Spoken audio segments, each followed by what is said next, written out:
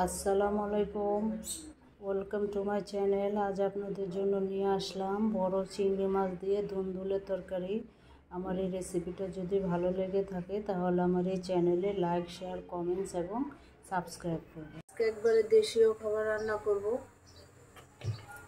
সব কিছু বাচ্চাদের খাওয়ানো দরকার আছে। আমি কিছু বড় চিংড়ি মাছ নিয়েছি। চিংড়ি মাছগুলো একটু আগে লবণ আর হলুদ দিয়ে ভাজা নিব।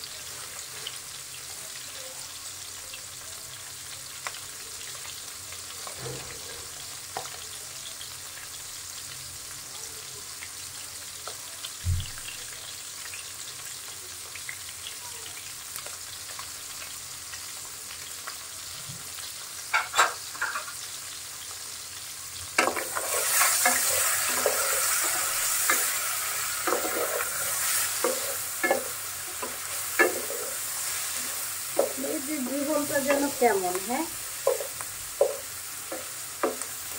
বাবা বাড়িতে থাকে একরকম, শ্বশুর বাড়ি আসে একরকম।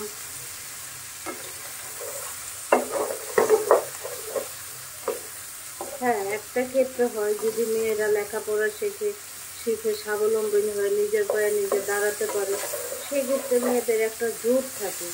কিন্তু মেয়েরা যদি লেখাপড়া শিখে স্বামীর ঘরে এসে ওই যে চুলাই রান্না বাড়া করে ছেলে মেয়ে লালন পালন করে জামার শ্বশুরবাড়ির মানুষের সেবা যত্ন করে যদি জীবনটা পার করে, তাহলে বেলা শেষে দেখা যায় কি মেয়েদের আর কিছুই থাকে না, শূন্য।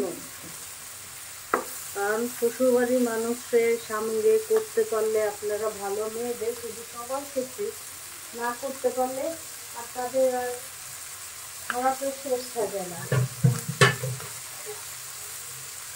করতে পারলে ওই বউর মতো মেয়ে হয় না, ওই বউর মতো স্বামী বলবে আমার ওয়াইফের মতো বউ হয় না। কিন্তু যখন আপনি একটু না করবেন যে আমি পারবো না, তখন দেখবেন যে সবার চেহারাটা একবার কালো হয়ে যায়, মলিন হয়ে যায়, এইখানে কানাকানি ওইখানে কানাকানি। তবে হ্যাঁ, শ্বশুরবাড়ির মানুষও করবেন অবশ্যই, মেয়েদের বাবা মারও হক আছে। কিন্তু একটা মেয়ে যদি লেখাপড়া করে নিজের পায়ে নিজে দাঁড়ায় স্বাবলম্বী হতে পারে, তাহলে সব বাচ্চা কাচ্চা সবার সেবা যত্নের পাশাপাশি নিজে যদি কিছু করতে পারে, তাহলে সেক্ষেত্রে অনেক সময় দুধ দিয়ে কিছু বলা যায়। এখন আমি চিংড়ি মাছগুলো উঠাই ফেলবো। আমার ভাজা হয়ে গেছে চিংড়ি মাছগুলো। চিংড়ি মাছগুলো একটু বড় সাইজেরই ছিল।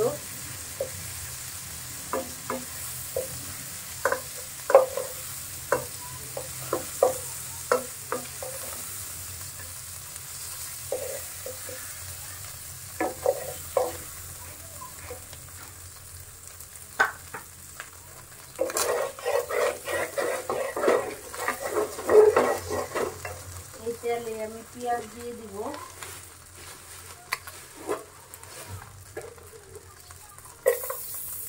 আর একটু তেল দিয়ে দিব আমি।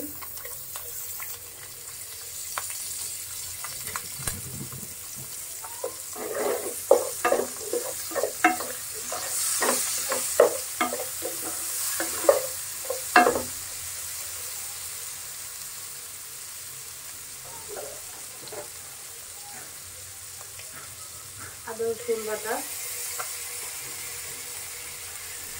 হলুদ ফাঁকি,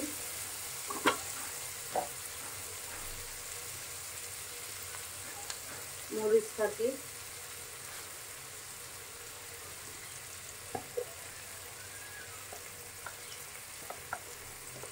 ধনিয়া ফাঁকি। এখন একটু পানি দিয়ে দিব যাতে মশলাটা না পড়ে যায়।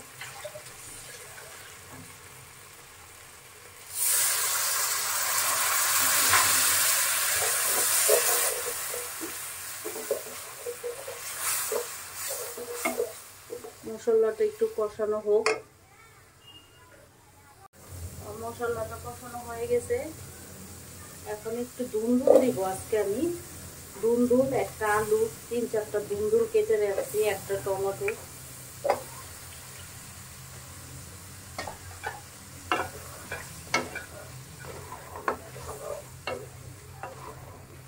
লবণ দিয়ে দিব পরিমাণ মতো।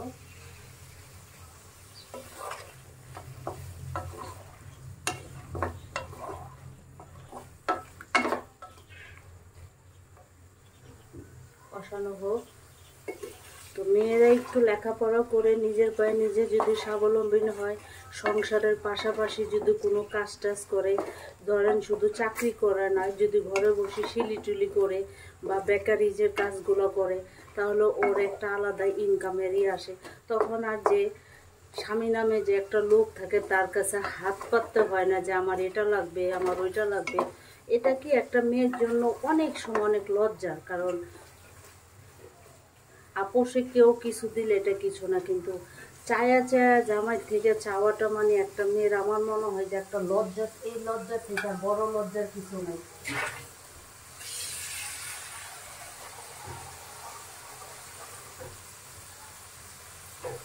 বাংলাদেশের মেয়েদের তো এখন কোনো মূল্যই নেই। বেশিরভাগ মেয়েদেরই বিয়ে জন্ম হয়, মার বাড়ি লেখাপড়া করে, যে যেরকম যতটুকু পারে, তারপরে একটা সময় পর 18 বছর, 16 বছর, 20 বছর, 22 বছরের ভিতরে বিয়ে শাদী দিয়ে দেয়। এখন স্বামী নামের লোকটা ভালো হলে তো আলহামদুলিল্লাহ, স্বামী নামের লোকটা যদি খারাপ হয় তখন কারো কাছে বলা যায় না, না বাবার বাড়িতে না শ্বশুর বাড়িতে, তখন ওই মেয়েটা ধুকে ধুকে শুধু কান্না করে। আমি প্রত্যেকটা মেয়েরে বলবো, তোমরা নিজেরা নিজের পায়ে স্বাবলম্বী হও। হ্যাঁ, সংসার জীবন অবশ্যই করতে হবে। মেয়েদের একটা গার্ডিয়ানের দরকার আছে। বাবা মা যখন না থাকবে তখন তার একটা গার্ডিয়ান, তার স্বামী। ওই স্বামী নামের লোকটা যদি না থাকে তাহলে একটা মেয়ের গার্ডিয়ান থাকে না, গার্ডিয়ানের দরকার আছে। তবে তোমরা, তোমাদের আমি বলবো, তোমরা নিজেরা নিজে যেখান থেকে পারো স্বাবলম্বী হও। লেখাপড়ার দিক দিয়ে হোক, কাজকর্মের দিক দিয়ে হোক, যাতে নিজেরে নিজে অন্যের কাছে নিচু হয়ে থাকতে না হয়, মাথা নত করে থাকতে না হয়। এখন আমি একটু পানি দিয়ে দিব, কারণ দুন্দুলে এমনি পানি অনেক, অল্প পানি দিলাম।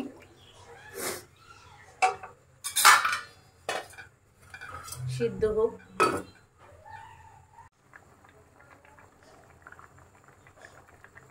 চিংড়ি মাছটা দিয়ে দিয়েছে, এখন কাঁচামরিচ দিয়ে দিব।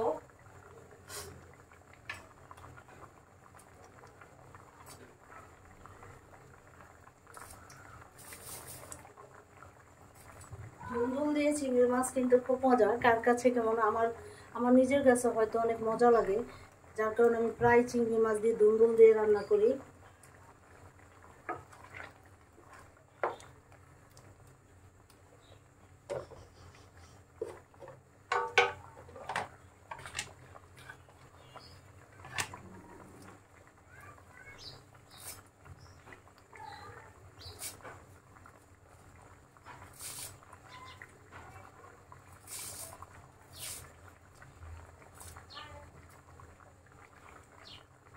ধনে পাতা দিয়ে দিলাম।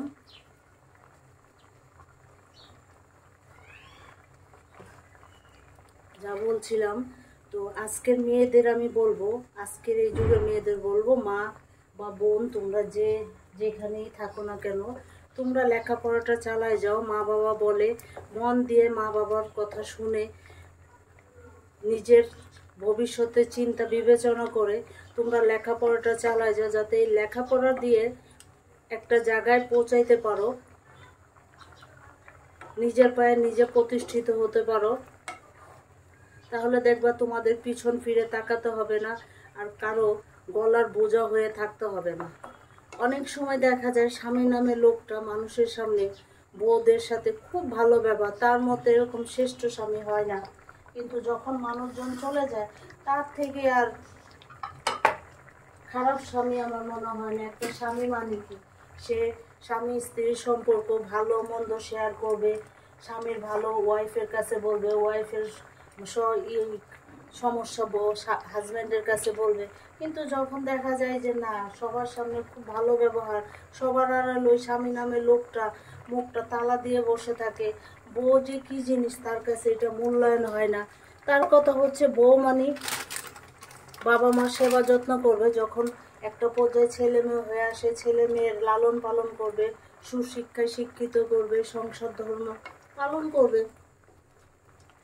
তবে আমি সব স্বামীদের বলতেছি না, ছেলে মানেই আনা খারাপ না, অনেক স্বামী আছে দেখেন বউদের খুব হেল্প করে, তাদের তাদের খুব লাক ভালো বা কপাল ভালো যে তারা স্বামী সাপোর্ট পায়। এমন অনেক নারী আছে যারা স্বামীর কোনো সাপোর্ট পায় না, সার্টিফিকেটে থাকে যে আমার একটা স্বামী আছে, আমার সংসার আছে, কিন্তু ওই মেয়েটা কারো কাছে প্রকাশ করতে, কারণ সেই স্বামীটা তো সবার সামনে খুব ভালো, তার মতো স্বামী হয় না, বোর সেবা যত্ন করে, বোর দেখভাল করে ঠিক মতো, কিন্তু আড়ালে যে বোর সাথে কি ব্যবহারটা করে ওইটা তো কে দেখে না, কারণ দেখলে তো আর সে আর ভালো রূপটা তা থাকে না। আর সে জানে যে মানুষের সামনে, ওই লোকগুলো জানে যে মানুষের সামনে ভালো ব্যবহার করলে মানুষের আড়াল আমার বউরে যেমনভাবে মূল্যায়ন করে নাকে, ওই মেয়েটাও অন্যের কাছে আমার সম্বন্ধে কিছু বলতে পারবে না, কারণ আমার সবাই ভালো জানে, সবাই আমার সুনাম করে। ওই মেয়েটাই অন্তত আরো ছোট হয়ে আসবে, তার মুখ থাকবে না। যাই হোক, অনেক কথা বলে ফেললাম, তোমরা কিছু মনে করবা না।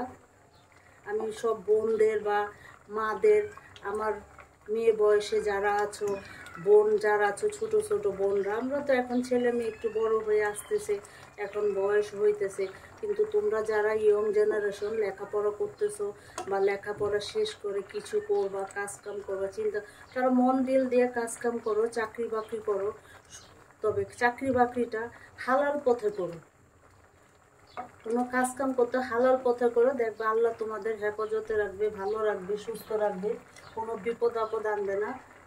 তবে প্রত্যেকটা মেয়ের উচিত নিজের পায়ে নিজে স্বাবলম্বী হওয়া, লেখাপড়া করে, এখন তো লেখাপড়ার যে সুযোগ সুবিধা, লেখাপড়া করো, মা বাবার কথা শোনো, মন দিয়ে মা বাবার কথা শুনে নিজের নিজের ভবিষ্যৎটা নিজে গড়ে নাও, তাহলে দেখবা তোমার আর কারো গলার কাটা হয়ে থাকতে হবে না, নিজেরটা দিয়ে নিজে কিছু করতে পারবা।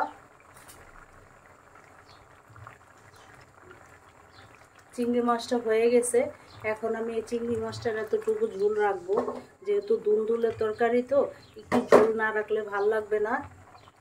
তো তোমরা সবাই ভালো থেকো, সুস্থ থাকো, আল্লাহ হাফেজ।